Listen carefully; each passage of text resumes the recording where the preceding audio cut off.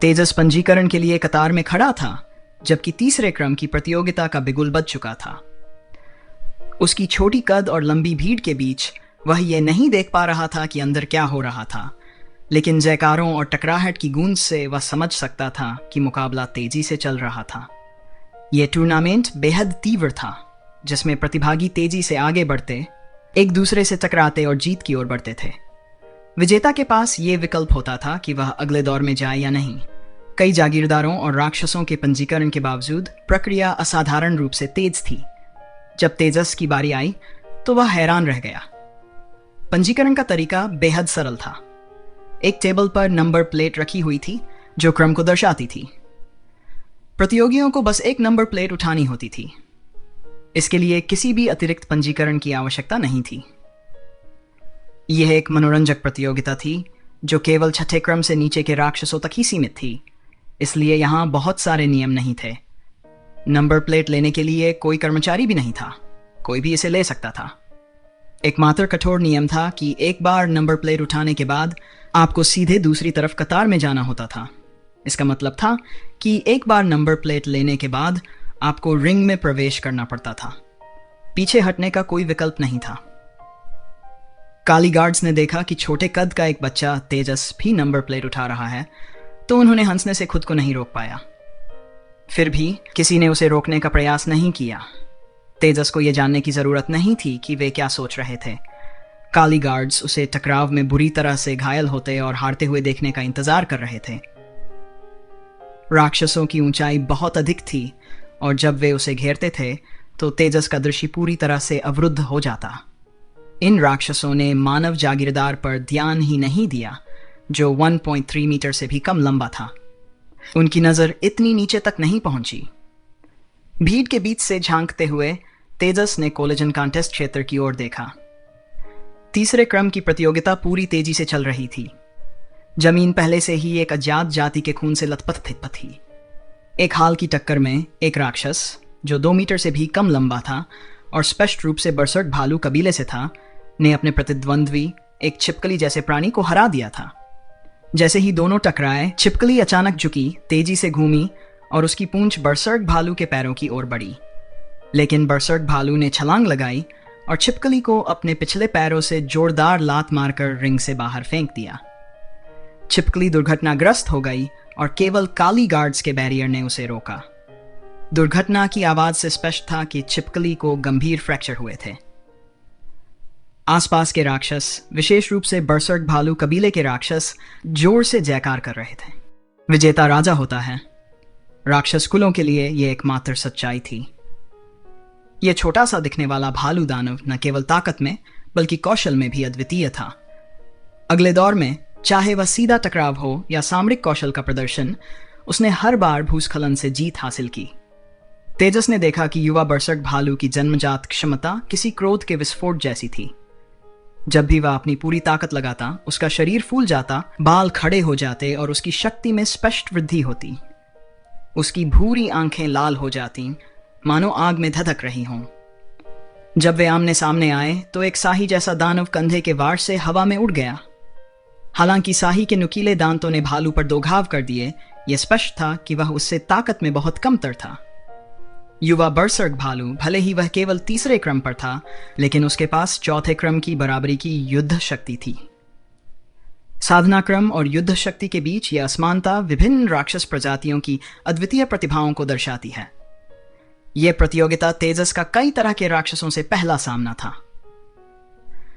उसने हर राक्षस की क्षमताओं का ध्यानपूर्वक अवलोकन किया, उनकी विशेषताओं को याद किया और सोचा कि क्या ये क्षमताएं उसके लिए मददगार हो सकती हैं।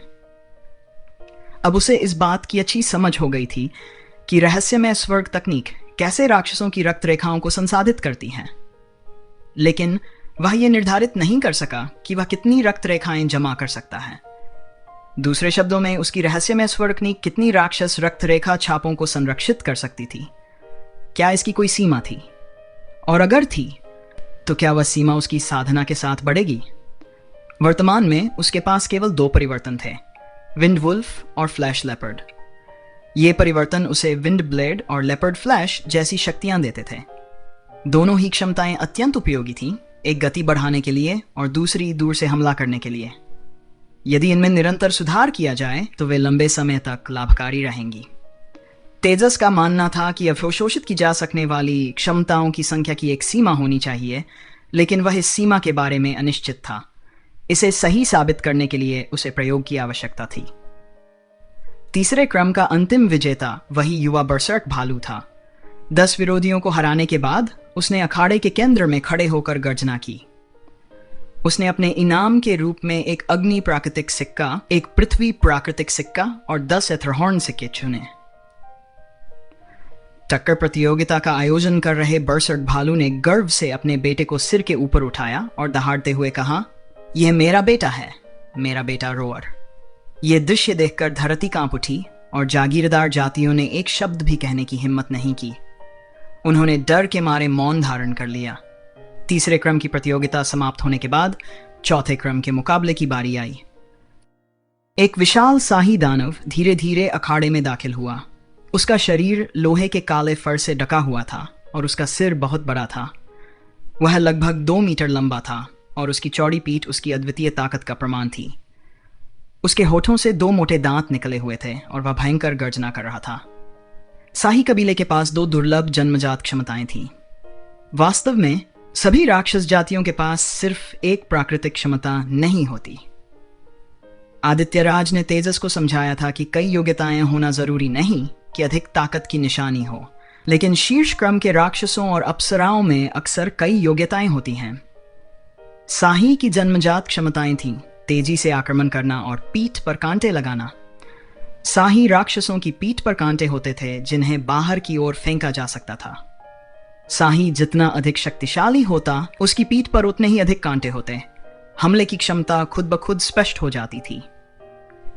चौथे क्रम के इस शाही की पीठ पर 8 कांटे थे। जैसे ही वह मैदान के एक तरफ खड़ा हुआ, 8 कांटे धीरे धीरे ऊपर उठे, आगे की ओर झुके और उसकी पीठ इस तरह तनी हुई थी मानो वह किसी भी क्षण उन्हें फेंकने के लिए तैयार हो। तेजस को शाही कबीले की जन्मजात क्षमताओं में कोई दिलचस्पी नहीं थी। उसे शाही बनने की कोई इच्छा नहीं थी, चाहे वह आक्रमण करने की बात हो या पीठ पर कांटे लगाने की। चौथे क्रम के शाही का प्रतिद्वंद्वी एक फ्लैश तेंदुआ था और आज की टक्कर प्रतियोगिता में फ्लैश तेंदुआ कबीले के सदस्य को देखना तेजस के लिए पहली बार था। तीसरे क्रम की प्रतियोगिता में कोई फ्लैश तेंदुआ नहीं था। फ्लैश लेपर्ड्स की खासियत उनकी अद्वितीय गति में थी, न कि आमने सामने की टक्कर में। शायद यही वजह थी कि वे पहले के मैचों में नजर नहीं आए थे। चौथे क्रम का फ्लैश तेंदुआ जो सामने आया वह शाही के बराबर ऊंचाई का था, लेकिन वह कहीं ज्यादा दुबला पतला था। यह विशेष रूप से प्रभावशाली नहीं था, लेकिन उसकी संकुचित आंखें एक तीव्र और भयावह चमक से चमक रही थीं और इसके नुकीले दांत नीचे की ओर निकले हुए थे। उसका दुबला पतला शरीर अच्छी तरह से तनी हुई मांसपेशियों से भरा हुआ था, जो एक मजबूत जीवन शक्ति का प्रदर्शन कर रहा था। आरंभ। प्रतियोगिता की मेजबानी कर रहे बर्सर्क भालू की दहाड़ के साथ दोनों पक्षों ने अपने अपने छोर से हमले शुरू कर दिए। फ्लैश तेंदुआ बिजली की गति से अपने प्रतिद्वंद्वी पर छपटा और लगभग तुरंत ही टक्कर वाले क्षेत्र में पहुंच गया। उसकी तेज गति ने मैदान में एक सनसनी फैला दी। शाही ने बिना किसी हिचकिचाहट के अपनी पीठ से सभी 8 कांटे निकाल दिए, जबकि तेंदुआ अपने उन्मादी आक्रमण की तैयारी में था। शाही द्वारा फेंकी गई कीलें तेंदुए पर सीधे निशाना नहीं बना रही थीं, बल्कि दूसरी दिशाओं में जा रही थीं। इसके बावजूद इन 8 कीलों ने फ्लैश तेंदुए के लिए भागने के सभी संभावित रास्ते बंद कर दिए। तेजस ने यह देखते हुए शाही के कौशल को सम्मान की दृष्टि से देखा। यह दृश्य उसके लिए सीखने का एक महत्वपूर्ण अवसर था और उसने इसे गंभीरता से लिया।